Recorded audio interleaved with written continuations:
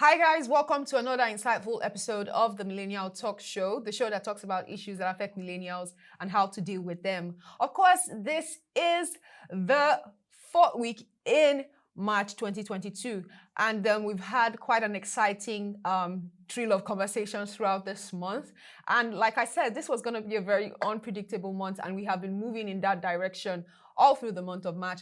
Well, today is not going to be any different, as we would be looking at a very insightful subject. And today we have something for the small businesses out there, as we will be looking at how to improve marketing for your small business. Now, the truth is, a lot of small business, or should I use the word startup, they always complain about, oh, I'm not making sales. Oh, I'm not, I don't know what I'm doing wrong, and all of that. And one of the ways to put your small business out there is by improving your marketing. And that's why we're going to be having this conversation today.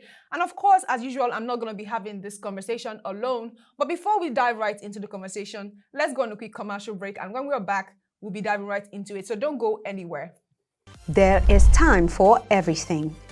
It doesn't matter if it's food, work, hobbies, or just life. Millennials are always on the go, trying to make things happen. Millennial Talk, enlightening and supporting millennials on finance and growth for personal development. Join us on Millennial Talk every Thursday by 10 a.m. Start developing yourself today.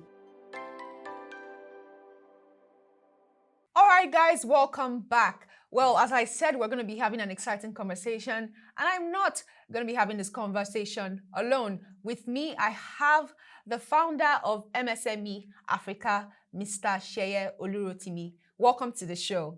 How are you doing today, Mr. Seye? I'm very well. Good morning, and thank you for having me on the Millennial Show.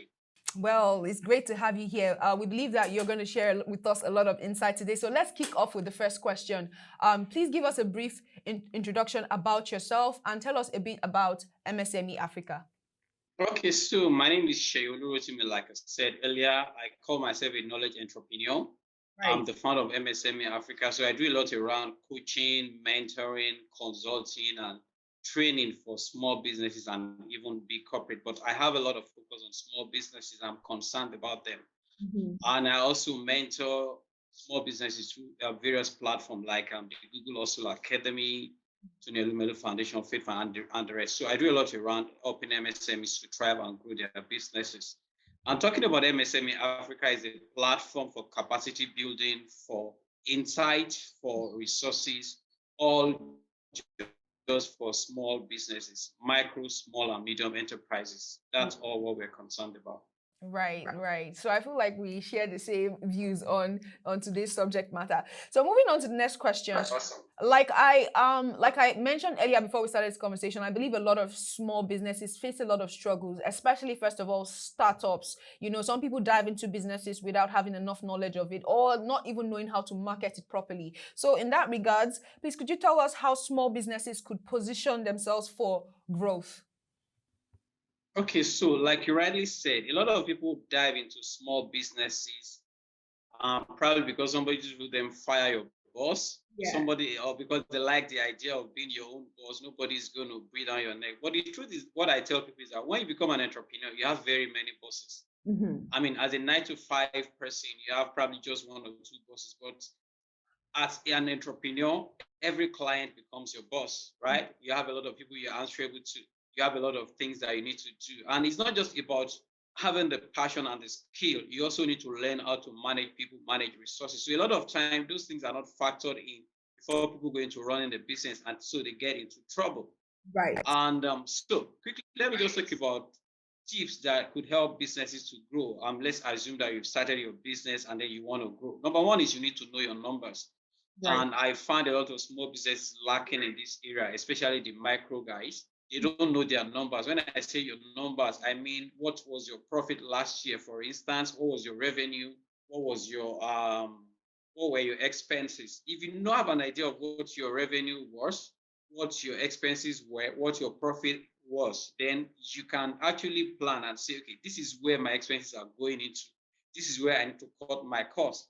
This is where I need to concentrate on because most of the revenue are coming from here. So when you know your numbers, it's a lot easier for you to grow because it becomes scientific. It's something that you can actually back with facts and figures. That's number one.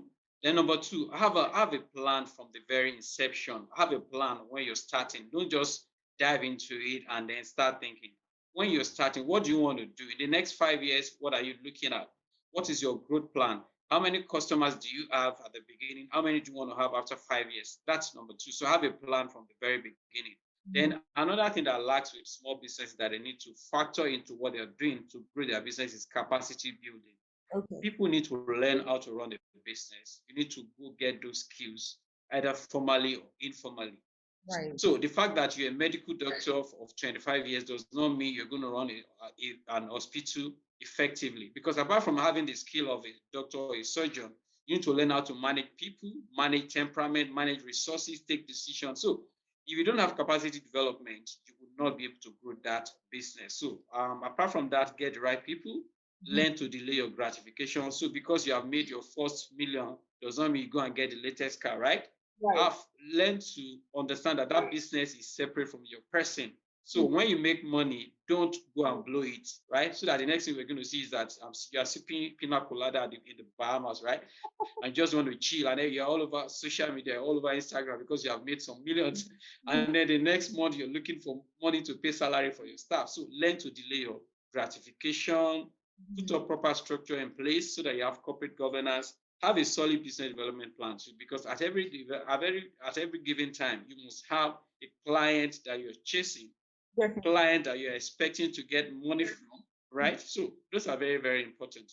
Right, great. Because I do agree with you. I feel like most of the times when one of the major problems with micro and nano businesses is that they go straight into touching the profits and even sometimes into the capital as well, and they're not able to grow. But let's go a little bit into marketing. Like I said, marketing is when you mention marketing to businesses, small, medium scale, micro businesses, they always like, oh, there's a lot of money involved there, and they are very quick to back off from talking about anything marketing. Now, we also know that there are a few inexpensive marketing hacks, and we want to look a little bit into that right now because we're trying to focus on the really small scale businesses. So what do you think are a few inexpensive marketing hacks that small businesses can adapt to help them grow? Because we do know that a lot of money can be involved in marketing, but we also know that there are also very simple and inexpensive hacks that people can apply. So please, could you share with us just a few of those? Okay, great. Thank you very much for that. So before I dive into the hacks, the first thing people need to know as small business owners is that they need to correct the mindset that marketing is expensive. If you are still living with that mindset, you will not want to do marketing. Marketing is not expensive. It doesn't have to be expensive, right? Yeah, there are marketing activities that are very expensive, but you will have the ones that will not dip a hole in your pocket. And I will say the very first thing to note when you're talking about hack is you need to go digital. Right. The digital world has made a lot of things very possible and very cheap. You could run a Facebook ad for $2 per day, and you could make sales, right? So you need to go digital. That is probably the most important thing I'm going to say when it comes to marketing hack for small business. Go digital. When I say go digital, embrace social media, embrace the digital platform. You can run ads of 10,000 naira, 50,000 naira on Facebook. You can embrace Google Ads, right? And you can do there is what we call Google My Business. It is actually very free. Google My Business allows people to see you, allows people to know what you're doing by just Googling your industry. If they Google, for instance, plantain seller in Ogudu or whatever, if you are well placed on Google My Business and you have your location there, they would find you. They will come and patronize you. You are not spending a kobo, right? So that's number one. Even on WhatsApp for business, you can put up your brochures there. You can put up like everything that you sell. Everything you sell, you can put it up there on your WhatsApp. I mean, a lot of people know WhatsApp, but they don't know so much of WhatsApp for business. If you use WhatsApp for business, you keep getting customers. You can get a lot of things done on those platforms without paying a kobo.